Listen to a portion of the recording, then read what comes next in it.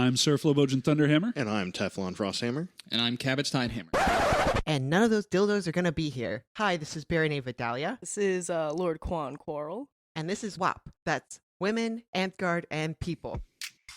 If Amtgard knighthood means anything, you can't knife a motherfucker and keep it. And the thing that people need to understand essentially about arts and sciences events is that your scores don't matter. You want a black phoenix or a white phoenix? Jeez, language, man. We're on a right. freaking podcast, for fuck's sake. Mind-blowing experience. We have with us right? today Lady Obscura, the Princess of Winter's Edge, and her knight, Sir Denah, a co-regent of the Wetlands. Say hi, everyone. Howdy. Okay, so typically we start off with how we got into Amtgard. So whichever one of you wants to go first, tell us a little bit about what got you started. Libby, you're on. Okay. Actually, I was living in Texas getting my master's degree, and during the summers I would go and do field work in Louisiana, leaving my husband behind, and he found an Amtgard park on campus and was telling me about it, and I went, no, that's okay. That's your thing.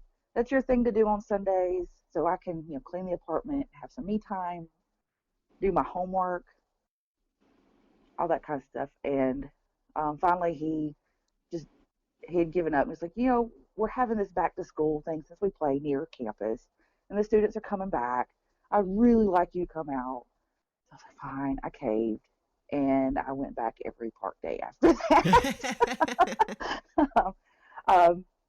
And I used that to get more people too, because we had food, and food gets them coming back, because if you feed people, they'll keep coming. Oh yeah, absolutely. And the people there were just so amazing. I remember before we were leaving, one of the guys that was running the park, Professor, was like, can I give you a hug? Thank you for letting your husband bring you out, and thank you for letting us, put him on loan so he can come out too. And I was like, yep, that's it. These are good people. I'll keep coming. And it just stuck. Nice. I really like that. Yep. You're on the spot now. Okay. I have another husband story. My at the time husband, then husband, had gone. He was in the SCA, and some friends had convinced him to come over and try Amtgard.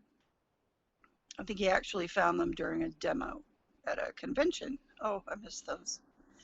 And he was out playing, and he's like, he comes home, and you'll really like these people. Come on, come out with me. They're all D&D players. You'll love it. Okay. And I went out. I got head on walking from the car to the group by old Luke Wingard, if that dates it, and have been there ever since for 26 years, 27 years. So if I haven't heard dirt on somebody, that just means I don't know them. Yeah, that's a really long time to be playing Amtgard. I mean, at least from my perspective, I've been in the game for less than, just over 2 years now. Yeah. I mean, I thought you were about to hit your 3-year. I hit 3 years in October. See? Yeah, you're 3 year. You have plenty of time. Gotcha. I mean, but over 20 years seems like a long time for me too. I've only been in for about 6. I think I just hit 6 in November. How long have you been playing Obscura? He started in 2015, so 6 this year. Nice. So we're a far-flung group here. That's not a bad thing. No, Yeah. Definitely not. So, well, Denah, do you think having experience in previous tabletop role playing informed your perspective on LARPing? Yes, but I was also working at the Texas Renaissance Festival. Mm-hmm. And I was already used to dressing up funny and making people look, whoa, what is this? Because, you get into your garb and you work your day and then you go to Walmart and you don't want to change garb. Yeah. jeans, I don't want to pull them on. I'll just take the skirts off when I get home. Mm-hmm. And that helped a lot. Walking around in the mundane world and looking over and, holy cow! Sorry, These my people cat aren't did that. and they're in garb. Yeah! So it really did suck me in. And there just happened to be a place for me. And I took it and ran with it. Luke Wingard was doing a lot of publications. And I became one of his stable of artists. I don't mind being said that I'm stuck in a stable. It's not a big deal. Yeah. Art was my way to come in. And been at it ever since. Though Vidalia's a lot better than I am. Oh, that's not true. Oh. It's okay. I say Vidalia is better than me most days too. Yeah, so both of you do a lot of work as regents and in the ANS stuff. I know both of you have experience in photography. Is that right? Oh, yeah. Yep. Oh, yeah. So tell me about what draws you to ANS and photography and stuff like that. Well, Go ahead, Obscura. that was another thing that kind of got me into, because when my husband was trying to get me to go to AmpGuard, I already like taking photos, especially of birds, and he's like, well, they're tiny and they move very fast, so if you can take pictures of them, you can take pictures of AmpGuarders. And so I started taking my camera out, and everybody was loving the photos, and so that was another thing that kind of got me hooked too, was that especially seeing somebody use one of my photos as their Facebook cover photo or their profile photo. Even going to an event where I knew no one, and then posting it and like, holy shit. Right. So and so put my picture as their Facebook profile photo. Okay, I might be a little good, maybe. It's okay. I might keep doing this. Yeah, I'm always super jealous that Ever Living Woods basically has like a dedicated photographer. I would kill to have like weekly photos for our local park, right? Right. Like when I was injured, I tried to take photos, but all I had was my phone. And so that didn't turn out super good. Even your phone can be a great tool. You just gotta, learn a little bit about photography, and your phone becomes awesome. Yeah, like I used my phone before as a video camera when we were having to put together a video one time for a course that I was in psychology, but other than that, I haven't really delved too much into its potential as a camera. Just like any other camera, you just gotta know its limitations and what you can do with it. And once you do, you're golden. And we'll get a couple people bring out their cameras too. I'm like, oh, I'm gonna put mine away. Y'all go ahead, y'all have it. Or I'll do like Denah did me. You get this and I'll get that. And we'll tag team it all. Okay, Nice. let's do it. Yeah, we've got a few photographers in the wetlands. One that travels over into CK occasionally, and a bunch of folks with their phones because they can post instantly to Facebook or whatever platform they're using. And when you're taking pictures with a digital or a film camera, obviously, it takes a little longer because you've got to download them, you've got to crop, go into all of your post-production, and then post them. So I just take my time. You want photos? You might get them 6 weeks later. You might get them a year later, but you will get them. You don't pay me for this, so, treat your volunteers right. Yeah. Cabbage has this thing on his phone or his camera where it automatically sends the pictures to his phone to just upload. I don't know how other cameras do it, but that can definitely get you in trouble, especially if a cat gets your phone. Oh no. Yeah. That sounds like a story No? I have pictures of body parts that shouldn't be on my phone. That's a naughty cat. Because the cat walked over the phone. I want to shoot those. I'll do it myself. Come on now. So speaking of cats, when I've participated in any of the ANS tournaments that you've run, you've specifically mentioned that presentation if you can't get rid of your cat in your photos to find a creative way to include them. I feel like there's a story behind that. Every crafter that I know that has a cat has at least one story. Dame Linden, when she's sewing, has a cat who comes in, presents himself, plops down on the middle of whatever she's ironing or measuring or what, and won't go away. Mm-hmm. When I pull out the art stuff, pull out the mobile studio, Mm-hmm. one or both of my cats want to come lay on the paper. Need to come lay on the paper. As long as it's not the piece of paper I'm working on right that minute, I'll throw some blank pages or scrap pages next to it and they can lay on that. But if I turn my back, they're in the middle of whatever I'm working on. Mm-hmm. Yep. So you get, claw scratches on the paper and footprints and lick marks. And no. Mm-hmm. The person who commissioned this does not want your input.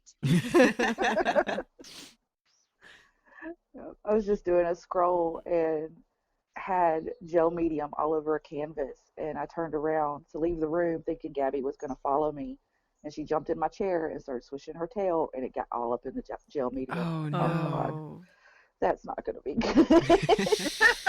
Oh no. I chased her around the house with a wet paper towel trying to wash it off her tail before she ate it. Yeah, my cat loves attention, so I've been doing lots of digital art lately, and he will come up and chew on my fingers or my stylus while I'm drawing. At least he's not bunting your hand. Yeah, see, you'll all know what I'm talking about. Yeah. Yeah, see, well, I have that issue with my dog, miraculously, because, he's a little dog. So, a couple of weeks ago, I was working on putting together a hood that was fleece lined, so I got my fleece out and I laid it on the bed because I don't have a lot of room in my apartment, so I'm working out of a corner in my room for all my crafts. And then I turn around to work on cutting out the cotton that'll be on the outside. And I turn back around to the bed, and he's in the middle of the fleece that I haven't cut yet. And I'm like, really, Bilbo? Bilbo buddy? But he's asleep. He's dead asleep. I don't know how he did it in 5 minutes. He's asleep. He's gone. My last 2 dogs were huskies. Oh. Yeah. So imagine trying to manipulate cloth with that fur everywhere. Everywhere. Oh, God. You can't do anything. They're as bad as cats. Yeah, my sister has a husky, and it has hair that just like a cloud of hair follows it. And then it's also just super high energy, so it's running all over the place too. No, we made ours lazy. Oh, I don't nice. know how, but we made ours lazy. Which was kind of nice, except when you went to the park, because suddenly they're huskies again. Zoom, zoom.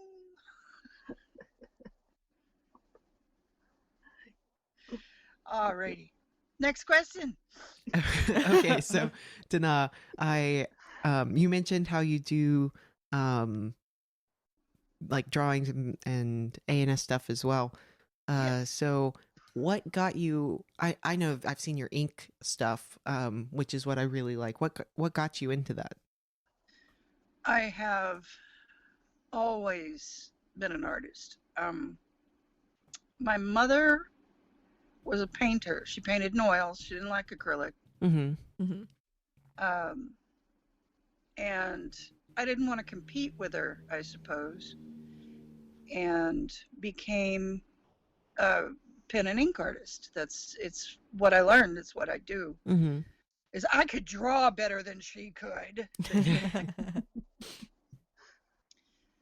and it just developed from there. And getting into art shows gave me a broader view, and then into the SCA actually almost made me turn tail and run. Oh, really? Because of, well, we have write-ups. No, they have essays. Oh, They have historical material, essays backing up their art. Bibliographies. that's terrifying.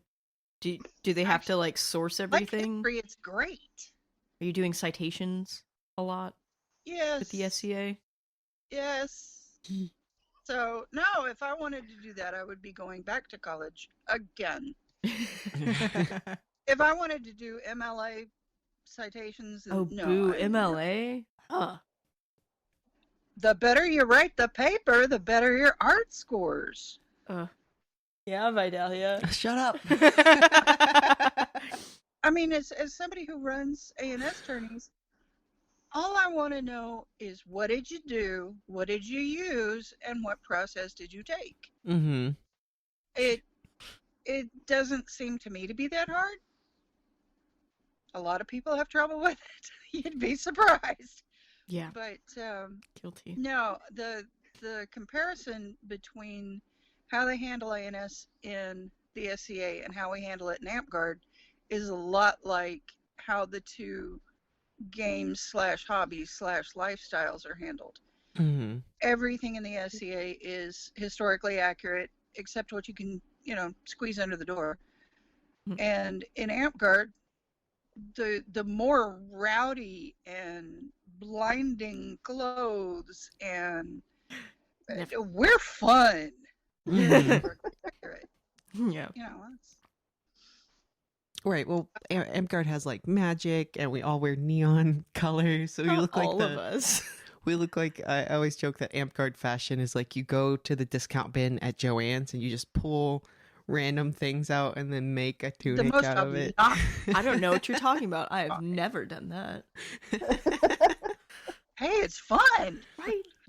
It is fun. That's why I pull inspiration for my scrolls. Not so much from like medieval art, but like fantasy action movie posters and stuff like that. Because I feel like that's more at home to what AmpGuard is than actual like historical scrolls. I mean, what we're Yeah, but some people they kind of like having something that they can put on the wall and impress other people with. And some folks like posters of Termus's face signed in a Sharpie by Termus at poster sized. Those were fun. That entire ring, we all got big posters for the big awards. So explain this to me. Yeah, I'm lost. We have this guy named Termus, all capital letters. Okay. And you can tell, like, online when he's in his role play mode because he types in all capital letters. And when he's in person, he gets really loud. Naturally. In all caps. It's his shtick, Mm-hmm. And he was monarch of the wetlands for a little while and found a way to have these posters printed out of his face done in the Obama art style. Oh, no. Yeah. And his prime minister would handwrite what the award was for across the bottom of the poster, and then he would sign it. And all this was Sharpie added on, like wrestlers signing wrestling posters or, rock stars signing posters, this kind of thing. And it was ridiculous and fun and very hard to put into a book where you keep all of your paper awards. Yeah. Just kind of had to roll those up and rubber band them to the side or something. Oh my god. He's got a big ego, and he found a way to portray the Termus big ego. It was great. That's perfect. That's And you great. see Libby there nodding. Yeah. It was definitely something different. It was great. Quan, you might have been around for this, but it was a little bit before my time. The Manatee King with the toilet paper awards. Oh, yes. Before court one day, when Walbaron was the Manatee King. But it was during Vash's reign. But Walbaron was the Manatee King because he's the king of the Manatee boards, in case nobody knows that. Walbaron went around with this fabulous crocheted manatee hat with a paper towel and a Sharpie while people were eating, before we had even started court. We were still feasting, and he just wrote down random awards and just passed them out on paper towels. They weren't real awards. It was signed from the Manatee King. Awards. Mm-hmm. What I want one of those money guns, and I just want to print out like little fake awards and just blast them at people.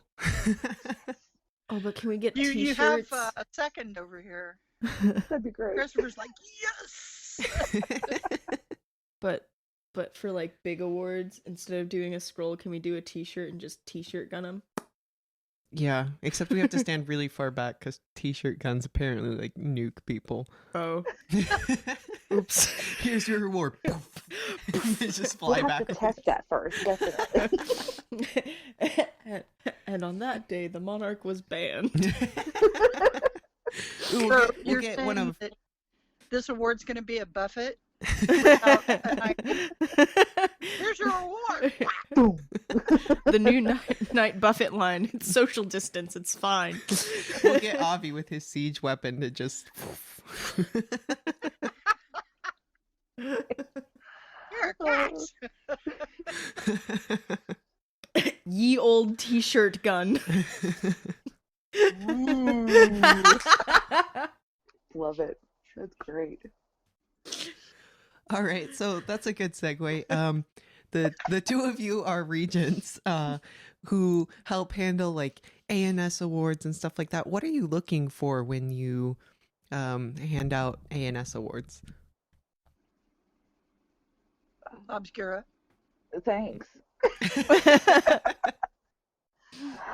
I don't think I'm looking for anything in particular, especially like with the showcase going on right now. Mm-hmm. I'll just be scrolling through. I'm like, ooh, that looks awesome. Where's this person from? What have they done before? Where are they at? And then just seeing if something next would be viable. Something that really catches my eye, because you see a lot of the same old Mm-hmm. things going on, so you want to see something new or something great, or even something that's same old, but just a step up for somebody else that they've really been pushing and trying and getting better. So nothing really in particular, I would say. Okay. That sounds awful. No, just anything that catches your eye. Here, maybe let me throw you a line. Like, yeah, do it, please. So Save I know that some people, when handing out awards, they're looking for like progression. So say, I am learning how to sew, and so they want to see that my 5th order of the Garber is better than my 4th order of the Garber.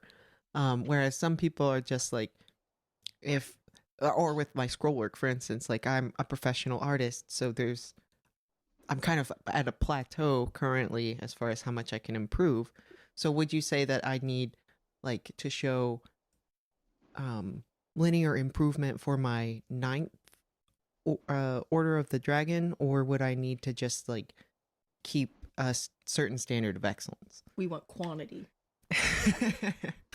A little bit of both, I would assume, especially if you're starting out, getting those first 3 out the door for doing something is great. Mm-hmm. That'll get them hooked, get them wanting to do more. Of course, progression is going to be looked at, but at the same time, especially with you, maybe something different, something outside of your normal wheelhouse. Mm-hmm. Even if it's not that great, it's something different. You're trying something new, and that to me is progression as well, not just getting better at the same thing, but trying something new as well. Okay. Yeah, that makes a lot of sense. As I sit here nodding like a monkey. And she came up with that on her own. I didn't teach her that. Nice. So you see why I wanted her in the belt line. It came down the line eventually. There are some artisans that I know. And Vidalia, you're on my list. Aw. Is the list a good thing? Stormcrow. Obscura knows Stormcrow. She was in the wetlands for a while. She was at my park, and I learned how Stormcrow works. When she gets into a project, she gets into a project. Mm-hmm. Oh. And there is nothing that she does not throw herself into. And I wondered, using her as the example instead of you this time, I wondered when she started sewing cloaks, if she's going to keep at sewing. And she has. Mm-hmm. Because originally she was like, I don't know what to do. I don't know what to do. I don't know what to do. But she's also gone over and done a little leather work, and she kind of played at drawing for a little while. Mm-hmm. I'm not sure if she's still doing it, but she found photography and went ballistic. She's another one of those. And her favorite things now are field photos. She goes out into the field, hiking, walking. She's got this set of woods that she goes into and finds the most astounding pictures of fungus. You'd think, oh, she's taking pictures of mushrooms. Yeah. Very good pictures of mushrooms. She's getting herself published now. Is she the one who's entering those like beautiful landscape or bird, or as you said, mushroom photos into the ANS tournaments at Ironwood? Yeah. Okay. Yes. And well, her and Libby. Mostly Stormcrow. She's getting better than me. I'm being a slacker. Well, you are doing Regent things, so. Yeah, at the moment. Me too. Sucks. No, it does not. It's okay. It can suck a little bit. Yeah. Not being able to get out and see people, that sucks. It does. But Stormcrow, she's stuck at a certain level, and she's been there for about a year. And not as her friend, but as an ANS proponent, she's much better than her level. Some folks don't want to see you rise too fast. Some folks don't want to see you rise at all because they don't happen to like you. Yeah, I see that.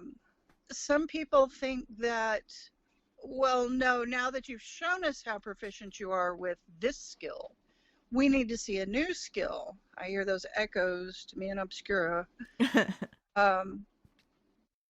We don't demand it, but some other people do. And everybody's got a different idea of what the standards ought to be. I'm rambling now. Tell me to stop if you like. Oh no, it's perfect. I love it. I do have a question for both of you. So like I do a lot of leadership. Leadership is kind of my goal in Amtgard. But the Regent position scares the tar out of me. Cause I'm kind of like a subpar artisan for all the things that I attempt to try.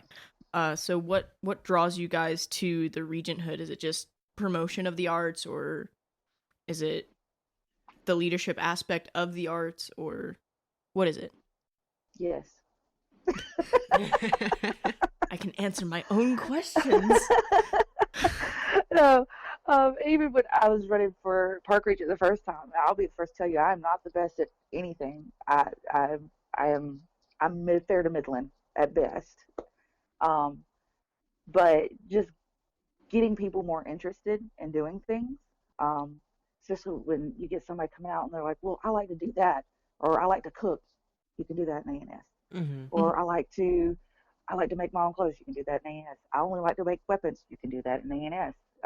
Or I like to organize things. You can do that in Amtgard. It's a little bit of everything. Any little interest that you have outside of Amtgard, you can make it Amtgard related. And I love that about this game. And you can do that with Regent too, because it's not just about the ANS stuff. It's also about that leadership and building people up, and getting them interested and giving them awards and saying, you're doing a great job, keep doing it. You know, getting that excitement up is the biggest thing and the most exhausting thing about being Regent, I feel, because you're constantly trying to make it fun and keep people's interest going. Because with Champion, you got to do some fun games and then you're done. Or with Monarch, you hand out awards and you're done. But I feel that Regent, you're constantly trying to keep that energy going. Yeah. Yeah. One And with COVID, it's been especially hard. Yeah. I mean, think about the things that you've created in the past year, and think about the things that, oh, I have this neat idea, but or I would need to go get stuff for this. Right. Mm-hmm. So you make yourself a little sketch, you write down your notations for what you want to do with it, and you set it aside. You go find out what you've got at home, what can I do? And all these people are going, oh, I don't have this stuff for this. So look around your house, get creative, think outside the box. Mm-hmm. And being able to share that attitude. Because personally, I don't care if I'm in office or out of office, I do what I do. And I do it because I love it. Like bouncing on people saying, why is this person not a master yet? That's the message I get from my judges. That's the message I have to pass on if I'm the one running the tournament. Mm-hmm. And if I'm not running the tournament, chances are I'm judging the tournament. Mm-hmm. Yeah, welcome to knighthood. No, seriously, around here, it's you're belted. Now the work starts. Mm-hmm. See, So, for us, I think it starts immediately because I don't know how many A&S tournaments they've asked me to judge, and I don't know why they're asking me to judge these A&S tournaments. It's a bad plan. Judge, teach, learn. You judged my first A&S tournament. I'm so sorry. Though, one, if you're going for service instead of the arts necessarily, be behind the scenes, but have somebody looking at you going, hey, did you see what that person over there did? Mm-hmm. This time and next time and the 3 times before. And it's the same thing with the artists. Hey, recognition. Yeah. Location. Where are you and who's taking pictures of you to prove that you did what you did?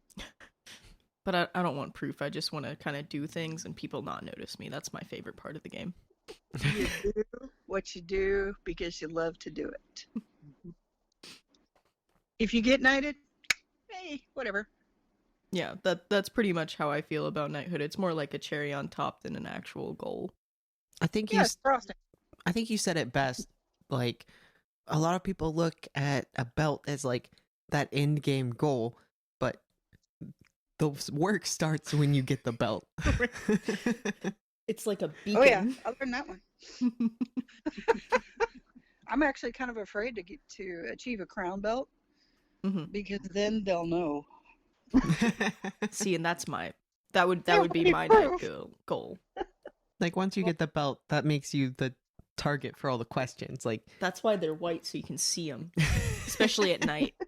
It's like, oh, there's some white. Glow in the dark paint. There's the paint that you can't see until after dark, and then it glows. Yes.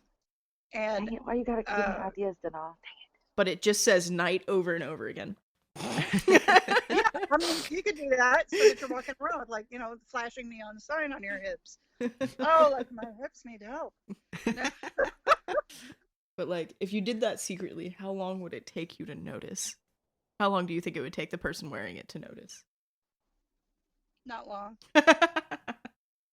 Because some joker would walk up going, hey, you don't have to advertise. Ooh, that sounds like a good gag to pull on somebody. It also helps when you wear all dark clothing and you're wandering around a site at night. Your white belt reflects light and nobody's going to run over you. But at the same time, if you play assassin, it's a blinding sign that you're there. That's a challenge. I like that.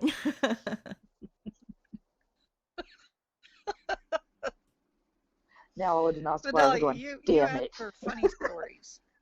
Oh yes, funny stories. If you guys want to go into those. Yeah. Obscura, do you want to go first, or do you want me to just plow through this? Now then, if you have a funny story and it's also an incriminating story, you don't have to say names. You can still tell us the story. I suggest that you No, I'm not telling you that one. say baloney instead of name. I'm just going to I refer to. messaged you that one, Vidalia. I've been racking my brain on this, trying to think of funny story. And really, the only one that I could think of was being at park, and I like to take photos upwards, so I'll sit on the ground as close to the battle game as possible. Well, sometimes there's no boundaries, and I'm not a boundary, and so it goes around me, and I'm still getting great shots because they're really close. And somebody's like, "Libby, you may want to move." I'm like, "I signed a waiver. I'm fine. I'm getting good shots. Keep going." That's pretty I'll have to good. remember that one, dear. No, keep going. Don't worry about me. I'm fine. I signed a waiver is gonna be my new catchphrase. I think the only thing that would put me at pause is if anybody at that field was wearing cleats. I'd be like, no, you're right. I'll move. So once upon a time, I have this Squire, and she sings, and she's into service, and she is absolutely fabulous. Now, watch Obscura's face during this. Oh gosh.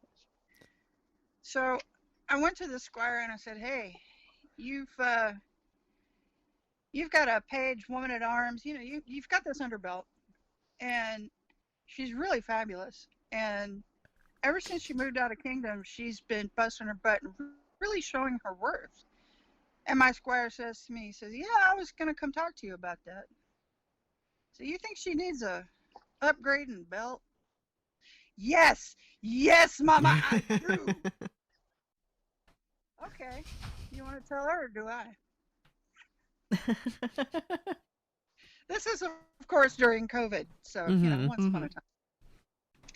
And so I can't remember if we had ganged up on her or if my Squire had told her underbelt that she was no longer needed in that position, and let her stew on it for like, I don't know, 2-3 minutes before telling her, no, your new belt's red.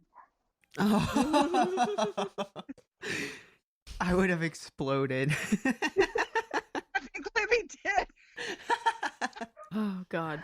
I think she may have dropped her cup of coffee or something. I don't know. And that's how I got the title of Sneaky. Very, very sneaky. There were collusion the whole time. There was no collusion. Okay. Well, I guarantee that you'll remember being red belted. This is true. You know what that? I just sat there looking at my phone going, "Is this real life? What is happening here? Am I being dropped? What the hell?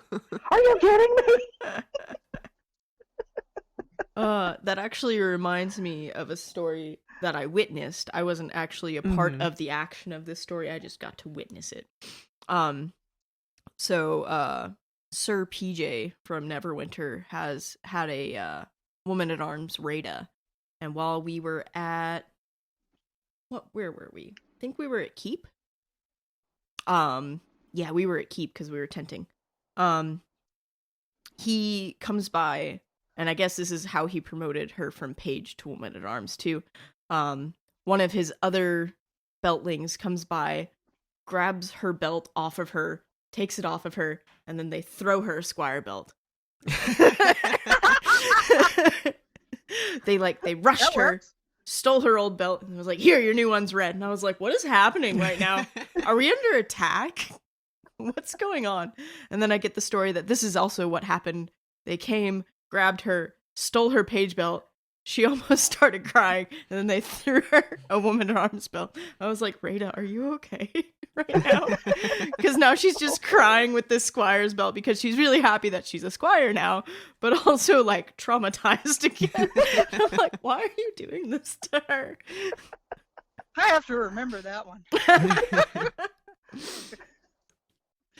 There are only pages in my belt line right now, unless somebody else has taken one and not let me know. But yeah, I gotta take that one down. Wait, I'll do it, Christopher. Get the pencil and write that down. Oh no, mine was at least, well, in order to finish and to actually be a red belt, you've got to make your own. Crap. Now I got to learn something new. Damn it. No. Okay. Here we go. And that started a whole nother obsession. Now I can't stop. Oh no. Yeah, I've seen a lot of your leather work. That's really good. Mm-hmm. Thank you. I mean, you could have done a macrame belt. You know, just it's up to you. You're the one wearing it, Nope. Had to be leather. Yep. but you learned something new. I learned something new. I did. I've attempted macrame. That was not a good thing. So I was like, yep, we're just going to try something else. We're going to attempt something else. Tension's a problem. Yeah.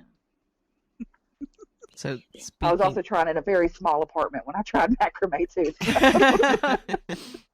Yeah. So speaking of belts, I have a funny story about how I got belted. Lexi is my... She's not my knight, but She's she your should be. Squire? Yeah, she's my squire. That's what I call pie too. So. So we were traveling to IKEA, and throughout the road trip, she's questioning me about like what I'm looking for from a belt, why, like what I thought of knighthood, like what I wanted to learn in Amtgard, what my goals were. I was super nervous that she was just like drilling me the whole time. And then, and you know, Lexi is super stern and hard to read a lot of the time. So I was like, is this going well? I really can't tell. And so we go through IKEA and we get dinner and all this other stuff. And she doesn't mention the belt at all for like several hours. So I'm just sitting there in like limbo.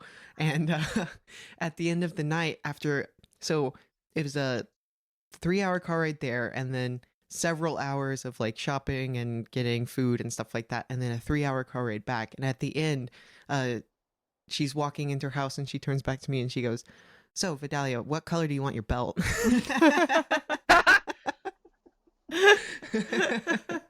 You gotta understand, among the knights, we are put to work so often. We gotta have fun somewhere. So we're gonna take it out on our underbelly. I'm glad pie's not that cruel to me. And then Lexi made me this beautiful macrame belt. It's like got 2 different patterns depending which side you flip it on. Oh, nice. Yeah.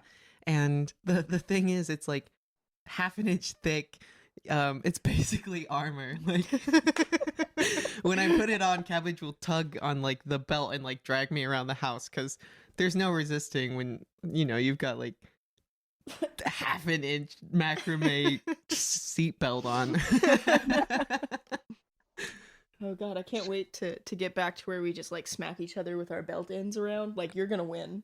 Oh yeah, I'm scared. It's no contest. She's not gonna smack you. She's gonna thump you.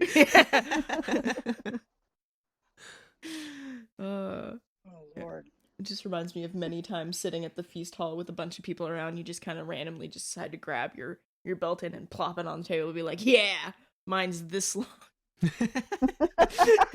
And then the next person does it and you just start comparing the lengths of how long your belt is. And I just can't wait for Vidalia to be like, thunk! The whole table shakes. There's a small dent there. Mine's the biggest. Yours might be the longest, but I got thickness. It's girthy. It has a girth certificate. Girth. Back in the day, That's great. when I was squired, you know, y'all are talking about thump the belt on the table. Mm-hmm. Okay, the belt was only 1 inch wide. Mm-hmm. However, it wrapped around my not insubstantial hips twice. Wow. Oh my god. Knotted twice and still hit my toes. Oh my god. Why? They didn't know exactly how big around I was. They didn't have measurements, so they just got to make big. And well, it'll my always knight fit. He offered to cut it down, and I said, nope, I like it the way it is. It's longer than yours is. And really, the entire time I was a squire, I was walking around with this super long belt going, my knight loves me. He used more leather on my belt than yours did on yours. That was hilarious. Perfect. That's great. We're talking about surprise squirings. Mm-hmm. Let's try surprise knightings. This is a story I prepared just for you. No. Perfect. The first time I was regent, Mm-hmm. there were a lot of XCA folks around. XSCA, yeah. And we were doing collegium at a college. And at the time, my knight lived in Tennessee. So, hey, y'all are from Tennessee. We are. Yep. Uh, Coming at you from Tennessee. circles within circles. Mm. And he happened to show up at that collegium. Nobody was really expecting this. It's just like, hey, there you are. I saw him out of a second-story window walking in towards the building, and I was like, no, this is not going to happen. What is he doing here? Well, it turns out the circle at the time had already voted and approved my butt. Unanimously. Ooh, that's amazing. And Rufus just happened to be in the area, and he happened to show up to this collegium, and they said, crap, we can't wait for him to come back again, because it'll be, years down the road. Mhm. Let's just do it now. Come on, let's do this.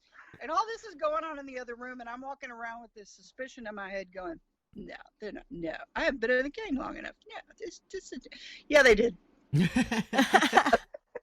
In a side room with folding tables and folding chairs and, just nothing in this room except a bunch of amp garters, me, not dressed as a regent really should be dressed. I'm trying to run a collegium, and they're taking 30 minutes out to drop the sword on me. Wow. I was right. Oh, God, why was I right? I love that story. Surprise knightings or field knightings. I love hearing about those so much. That's crazy. How We did call they? them ninja knightings, and they are the hardest damn secrets to keep. Like that's. What are you working on? Nothing. Just your tabard. Oh shit! I gave it away.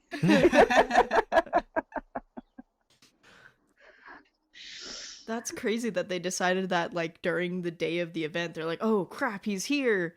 So we gotta, like, how did they gather, like, all the things, like a belt and spurs, or did they just forgo that for later, or? The belt came from one of the other knights. He sacrificed a belt, because, us knights, man, we all gotta have 2 or 3. Mhm. I think Christopher's got 4 or 5. But he said several knightings, so, they're cumulative. Mhm. The spurs actually were not part of it. The toasting cup was not part of it. But I got the belt. That is the It's the only important thing one. that matters, right? Mhm. It turns out I was allergic to the belt. It had a white snake skin inlay belt. It was beautiful. And I can't wear it. That's insane. What are you allergic to on it? There's a mold that's specific to snakeskin, Oh. and it doesn't matter how much you clean it. Once it sets in, it's always going to be there. Mm. So, molds, mildews, no, I don't do well with any of that. Yeah. So by end of day, my face is all swollen up. I'm Oh, hyped up no. on Benadryl, and I'm like, this has got to go in the car. Oh no. Quickly, package and chariot, yes! Oh wow. That was, I believe, the last time I ever saw Spendthrift Natan with a bow. Oh, was yeah? The day I got knighted. Because then he found out he couldn't get a sword belt with a bow. Mm. And he made the life change, and yeah, he got his sword belt. I think he's king in Anstiora SCA right now. Oh wow. Or he just stepped down from king. I'm not sure which. But that's okay. There's an excellent example of improving your skills. Mhm. Yes, his are war skills. He still makes pretty good weapons too, as far as I know. But he started out with a love of archery. And when he found out, like I said, that he couldn't achieve a sword belt, which was what he was after, with a bow, then he switched over to sword. You know, various kinds of weapons. But he really loved that sword and board. Mean with a stick too. And he felt about as far as he could go in Amtgard, and started crossing over to the SCA, and then just went to the SCA. And there he has built his skills, because they use much more realistic weights and weapons, and it's a full contact sport. Yeah. And there he's gone and gotten himself knighted some more. And he's held the office of king over there. I believe he's held the office comparable to our kingdom champion over there.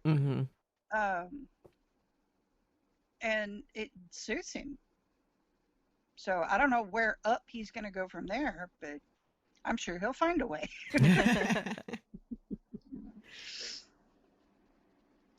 Okay, what's next? Well, I mean, I think we're pretty well close to wrapping up, unless you guys have some finishing notes you want to put in. Or any other funny stories that we could try and key off of. There are always funny stories, and you don't have to interview me to get them. Well, then I wouldn't call this one a successful run then. Yeah. Hey everyone, thanks for listening. If you liked what you heard, be sure to subscribe to our podcast on YouTube or Spotify to get notified about new episodes. And make sure to follow us on Facebook for announcements and more.